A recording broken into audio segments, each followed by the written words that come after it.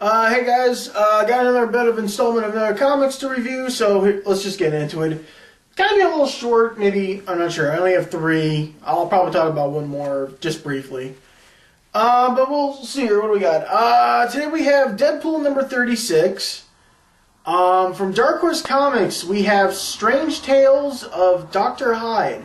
This is a little something different. I thought it'd be interesting to read and pick up and do a review on. And it seems like it's been forever, which it has been, but we finally get the second issue of Venom. And let's just actually get into it with Deadpool. After Deadpool's whole experience in space, he feels like he's not getting the love that he should have gotten, even though that he's done everything about trying to be a hero. You know, it's basically bad guy trying to be a good guy and everything in that. But here's kind of the weird thing. Deadpool kind of realizes something, that all of his friends who he expects to give him that kind of love that he wants kind of don't exactly love him as he would expect. Actually, surprisingly enough, they all some of my favorite Deadpool characters all are in this one. Actually, even one I can't even believe it's still around. I mean, basically Taskmaster, Big Bertha, Blind Al, Weasel, even Bob. Actually, Sluggo. That's the one that's a shock even to me. Sluggo is in this one. Or yeah. So apparently enough, they all team up, and Deadpool kind of realizes is that he's not getting the love that he wants. So he wants love. He wants to be loved. And that's pretty much what any person wants, is to be loved. You know, to have someone tell them that they love you. You know, not in that sort of way, but, you know, just to say, you know, they love you. And I think that's what Deadpool's really looking for, is to be loved. Let's see here. The Strange Tales of Dr. Hyde. This is actually kind of different. I actually saw this. I mean, the artistry is done pretty well. I mean, it's done by, let me see here. It's done by Cole Haddon and M.S. Cordley. Story is done by Haddon, and artwork is done by Corley. It's very nice.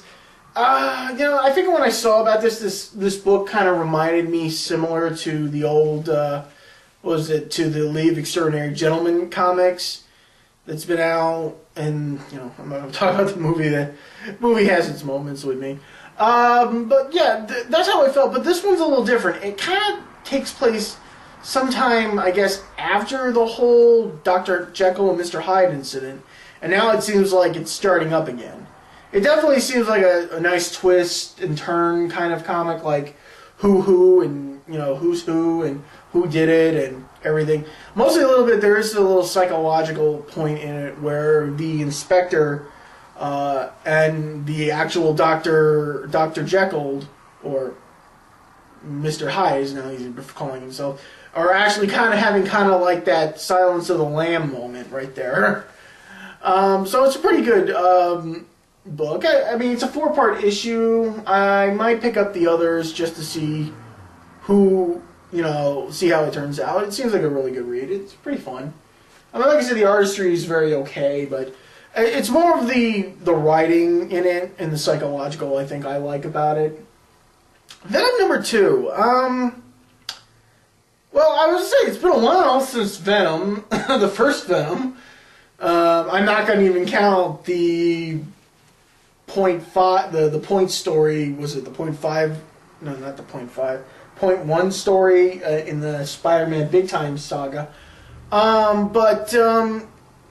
Yeah, it's been a while since I've seen a Venom comic, and it just recently came out. Poor Tom. I keep calling him Eddie because I still prefer Venom, Eddie Brock Venom. But like I said, I still like the new look, but I'm kind of, I guess, I'm old school Venom. Pretty much, poor Flash has got himself in a hick of trouble. He's in the Savage Land. He's on a mission.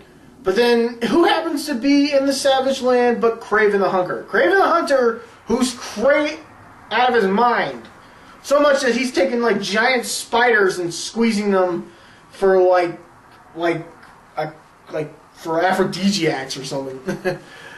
apparently enough, I guess Kraven thinks that the new Venom is Spider-Man. And I think he's still dealing with the effects after what happened with Kraven and Spider-Man in the past issues before the big time saga.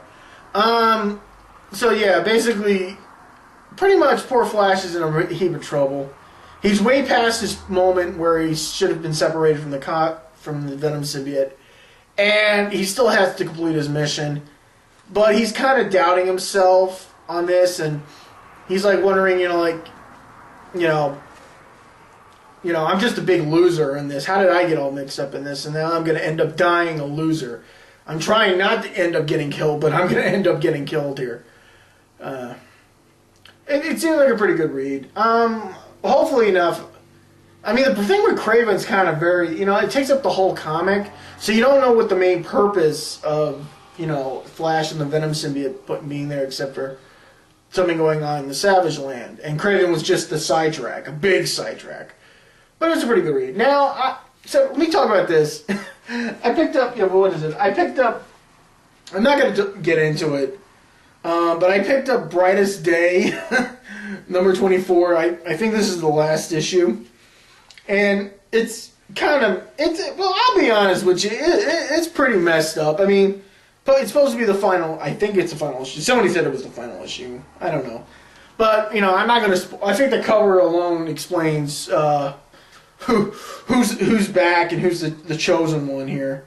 But it's pretty, I think it's kind of messed up. And here's a joke that I just, here's the thing that pissed me off. When I did the review for Brightest Day number 23, here's a joke I should have put into it that I just thought of it not more than a couple of weeks after doing the review.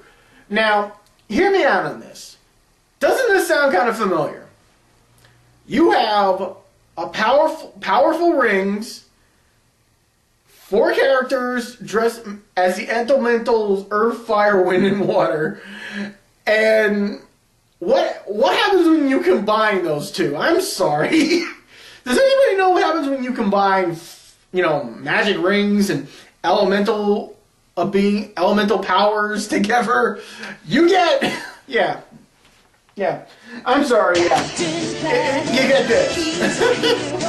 Oh, God. Yeah. Like I said, I mean, I read it, I'll be honest with you, I didn't even know the character had died, really. And it's kind of messed up that everything kind of goes back to normal, but everything kind of still stays messed up. But if anyone who's actually read it, I'm not going to spoil anything for you if you haven't read it. But, the cover kind of gives it away right there. But like I said, magic rings, elemental powers, combined. Hello! Yeah. It's like that. It gets like that, and it's pretty funny. It is kind of funny when you look at it. Yeah, so that's it. I'm gonna say right now, I don't know if I'm gonna be around to do next week's review, because I'm gonna kind of be away for a week. So I'm not sure if I'm gonna be able to do next week's review, which really sucks because. On this, was it May 7th, I think? Yeah. It's May 7th.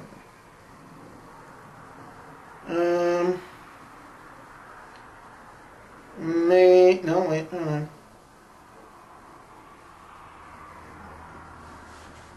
7th, actually, maybe I can still do it. I don't know. Because, I don't know, but, because May, Free Comic Book Day is coming up next week, which... It's probably going to stink. I don't know if I'm going to be able to do it or not. Because I'm going to be kind of away. I'm kind of doing something for somebody, and I'm kind of going to be away, so I'm really not going to have time to be doing any sort of reviews or anything like that. But maybe I'll try. Who knows? I'll try to see what I can do. See what's up. But we'll see how that goes. All right? But thanks.